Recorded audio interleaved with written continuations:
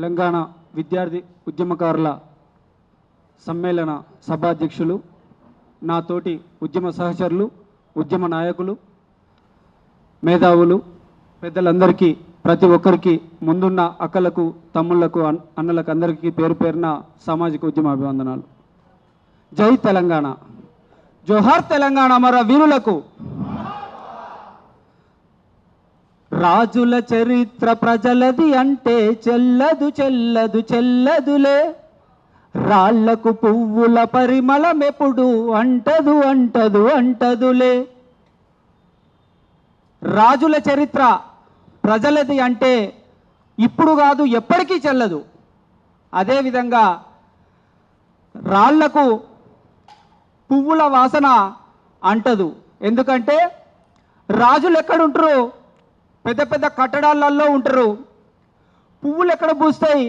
శ్రమజీవుల మట్టిలో పూస్తాయి. ఈ మట్టి పరిమళాలు ఆ కట్టడాలను ఎప్పుడూ తాకలేవు. అదేవిధంగా చరిత్రను పాలకులు ఎప్పుడైనా సరే పేరు రెడ్డి కావచ్చు, రావు కావచ్చు, వర్మ కావచ్చు, శర్మ కావచ్చు, ముందు పేరు మారుతుంది తప్ప ఇదే ఉంటుంది. ఈ పాలకులు ఎప్పుడైనా సరే ఈ శ్రమజీవుల, ఇందాక మిత్రులు చెప్పినట్టు, ఈ 93% ఉన్నటువంటి ఉత్పత్తి కులాల, శ్రామికుల, విద్యార్థుల, మహిళల, ఆదివాసీల, దళితుల త్యాగాల మీదనే ఈ రెడ్డిలు, రావులు, వర్మలు, శర్మలు రాజ్యాలు వెళుతూ ఉంటారు, రాజ్యాలను నిర్మిస్తూ ఉంటారు. వాటిని కూలగొట్టాల్సిందే, మన చరిత్ర మనం రాసుకోవాల్సిందే. మా భద్రన్న ఒక ప్రయత్నం చేస్తూ ఉన్నాడు తెలంగాణ ఉద్యమ చరిత్రను రాయడానికి. అయితే అందరూ చేయాల్సినటువంటి పని. అయితే మిత్రులారా, చరిత్ర ఎప్పుడు కూడా మరి ఎవరి చేత రాయబడ్డది, ఎవరి చేత, మా కాసిమన్న చెప్తాడు, వాడు రాసేటోడి మాట చరిత్ర అయింది, మా నాన్న పాడేటోడు మా చరిత్ర పుస్తకాలకు ఎక్కలేదు అని చెప్పేసి అని అంటాడు. ఇవాళ సేమ్ మనం ఆ దశలో ఉన్నాం. దశాబ్ద కాలం చూసినాం. సరే, ఇప్పుడు ఇంకో ఏడాదిన్నర. అయితే మన చరిత్రను మనం రాయాల్సిందే. పాలకులు ఎప్పుడైనా సరే ఉద్యమకారులను, విప్లవకారులను, చరిత్రకారులను సమాధి చేస్తారు. ఎందుకు? వీళ్ళు అంటే ఇవాళ ఇక్కడ ఉన్నటువంటి ఈ వేదిక మీద ఉన్న మనము, ముందున్న మీరు, మనం అందరము 69 ఉద్యమకారుల యొక్క చరిత్రను చదివి తెలంగాణ సమాజం గోసపడ్డది. ఇట్లా మా తెలంగాణలో నీళ్లు, నిధులు, నియామకాలు, మా సంస్కృతి ధ్వంసం చేయబడ్డది. కాబట్టి మేము ప్రాణాలకైనా తెగించి తెలంగాణను తెచ్చుకుంటాం. మాకు ఉద్యోగాలు వద్దురబై, మాకు నీవు ఇచ్చే బడ్జెట్ కేటాయింపులు వద్దురబై, ముందు మా రాష్ట్రం కావాలి, మాకు కావాలి అని నినాదంతో మనం ముందుకు వచ్చినాం. ఇందాక మిత్రులు అన్నట్టు, మా భద్రన్న ముందు మాట చెప్పినట్టు, మొట్టమొదటి తెలంగాణ వచ్చిన తర్వాత శృతి సాగర్లో ఎన్కౌంటర్ అయింది. తెలంగాణ వచ్చి 6 నెలలు కూడా కాలే. అంటే చరిత్రకారులను, ఉద్యమకారులను, విప్లవకారులను సమాధి చేసే పని పాలకుడు, అంటే ఇటువైపు ఉద్యమకారుడు ఉన్నప్పటికీ కూడా పాలకుడు అయిపోయింది కాబట్టి మొదలు పెట్టిండు. కానీ మేము ఉద్యమకారులుగా ఈ చరిత్రను మళ్ళా పునాదులేసే పనిలో ఉన్నాము. ఆ పునాదులేసే పనిలో భాగంగానే ఇవాళ ఇక్కడ కూర్చున్నాం. అందులో భాగమే చెప్తున్నా. రేపు కాక ఎల్లుండి మా పాప పుట్టినరోజు. ఈ సందర్భంగా, వేదిక సందర్భంగా చెప్తున్నా, మా పాప పేరు శృతి. తెలంగాణ తొలి అమరురాలు శృతి. నువ్వు సమాధి చేసే పని పెట్టుకుంటే మేము పునాదులు వేసే పనిలో భాగంగా వాళ్ళు మా ఇళ్లల్లో పుడతారని చెప్పేసి చెప్తా ఉన్నా. మిత్రులారా, ఇవాళ కేవలం 4 డిమాండ్ల కోసమే కాదు, ఈ 4 డిమాండ్ల కోసం తెలంగాణ ఉద్యమకారులు రోడ్డెక్కలే. మాకు గుర్తింపు కార్డులు కావాలని మేము ఆనాడు రోడ్డెక్కలే.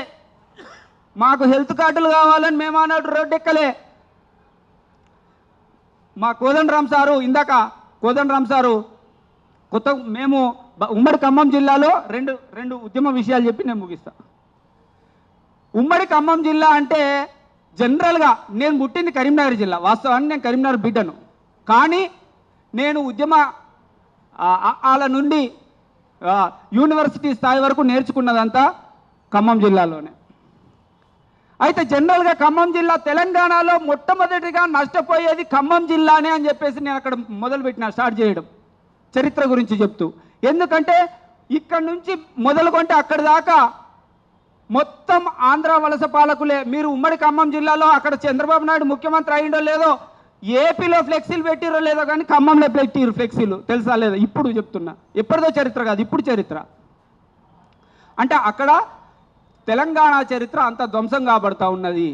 కేవలం ఒక్క జిల్లాలోనే 30 నుంచి 40 వేల మంది ఆంధ్ర ఉద్యోగస్తులు వచ్చి చేరిరని చెప్పేసి అని మేము చరిత్ర మాకు ఇక్కడ ఉన్నటువంటి పెద్దలు చెప్పారు, మేము దాన్ని అక్కడ ప్రజల్లోకి తీసుకెళ్ళినాం.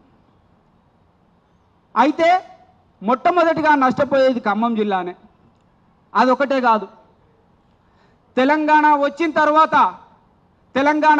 తర్వాత 7 జిల్లాలను తీసుకుపోయి వాళ్ళకి అప్పచెప్పారు, మీరైతే మంచి మెగా ప్రాజెక్టు కట్టుకోర్రి అని చెప్పేసి అని. ఎట్లాగైతే మేము తెలంగాణ కోసం కొట్లాడినామో, ఎట్లాగైతే తెలంగాణ కోసం పోలీసు లాఠీ దెబ్బలు తిన్నామో, ఎట్లాగైతే అదే ఉస్మానియా, అరే తెలంగాణ ఉద్యమకారులు ఎవరు రాబాయ్ అని అంటే ఉస్మానియా యూనివర్సిటీలో 10 రోజులు ఇక్కడ ఉన్నాం మేమందరం, ఆమరణ నిరాహార దీక్ష కూర్చున్నాం. గదర్ అన్న అన్నాడు, అరే ఎమ్రాబాయ్ ఉద్యమకారులు ఎక్కడైనా దీక్ష చేస్తారా అని అన్నాడు. అయినా మేము అందరం కూర్చున్నాం.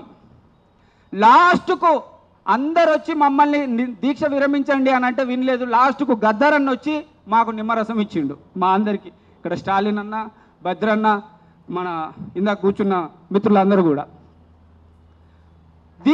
దీక్ష కూర్చున్నప్పుడు 200 మంది దీక్ష కూర్చుంటే ఆ దీక్ష విరమించేటప్పటికి దాదాపు ఒక 20 మందిని డైరెక్ట్ హాస్పిటల్లో పడ్డాం. ఆ గాలు రబాయ్ ఉద్యమకారులు, దాంట్లో గుర్తించడానికి ఇంకేం లేదు. నువ్వు మన నూతనంగా ఏర్పడ్డటువంటి జిల్లాల్లో కలెక్టర్ల కార్యాలయాలు ఓపెన్కి వచ్చినావు, చూసినావా దొరా? 7-8 ఏళ్ళ తర్వాత అప్పుడు ఆ జిల్లాలో ఉన్నటువంటి పోలీస్ స్టేషన్లలో నువ్వు తీసుకుపోయి కూర్చుండబెట్టినావు చూడు, ఒక గాళ్ళు ఉద్యమకారులు. ఉమ్మడి కొత్తగూడెం జిల్లా కలెక్టరేట్ ఓపెనింగ్కి వచ్చినప్పుడు కేసీఆర్ నన్ను 3 రోజులు అరెస్ట్ చేశారు. అప్పటికి నేను ఊపాలో జైలుకు పోయి వచ్చిన. ఇందాక సార్ అన్న చెప్పేది అదే. కేసీఆర్ అంటే మేము ఏమైతే డిమాండ్లు చేసినామో ఆ డిమాండ్ల పరిష్కారంలో భాగంగానే నువ్వు కొత్తగూడెం మెడికల్ కాలేజ్ ఓపెన్ చేసిర్రు. మేము డిమాండ్ పెట్టి 14 ఏళ్ల కిందటనే ఆ డిమాండ్ పెట్టినాం, కొత్తగూడెంలో మెడికల్ కాలేజ్ కావాలని, కొత్తగూడెంలో మైనింగ్ యూనివర్సిటీ ఏర్పాటు చేయాలని. అవి చేస్తూ ఉన్న క్రమంలో మేము వాటిని స్వాగతిస్తాం కదా ఉద్యమకారులుగా. ఎందుకు మమ్మల్ని అరెస్ట్ చేసినావు అని అంటే, ఉద్యమకారుడు ఎప్పుడు కాంప్రమైజ్ కాడు, నిన్ను నిలదీస్తాడు, పాలకుడిని నిలదీస్తాడు. కాబట్టే పాలకుడికి ఉద్యమకారులు అంటే భయం, కాబట్టే పాలకుడు ఉద్యమకారుల చరిత్రను లేకుండా చేస్తాడు, కాబట్టే పాలకుడు మన ఉనికిని లేకుండా చేస్తాడు. కానీ ఇందాక నేను చెప్పినట్టు రెడ్డి, రావు, శర్మ, వర్మలలో కూడా ప్రజాస్వామికవాదులు ఉంటారు. ఆ తోకలు కట్ చేసుకున్నటువంటి విప్లవకారులు ఉంటారు, అభ్యుదయవాదులు ఉంటారు. వాళ్ళను మన గుండెల్లో పెట్టుకోవాల్సిందే, వాళ్ళను మనం తీసుకొచ్చి మన సీట్ల దగ్గర కూర్చుండబెట్టాల్సిందే, వాళ్లకు పెద్దన్న పాత్ర ఇవ్వాల్సిందే. అయితే మిత్రులారా, ఇవాళ మన ముందున్న 2 కర్తవ్యాలు. నేను ఉమ్మడి ఖమ్మం జిల్లా నుండి ఒకటి ప్రపోజల్ కూడా చేస్తూ ఉన్నా, ఆలోచించండి.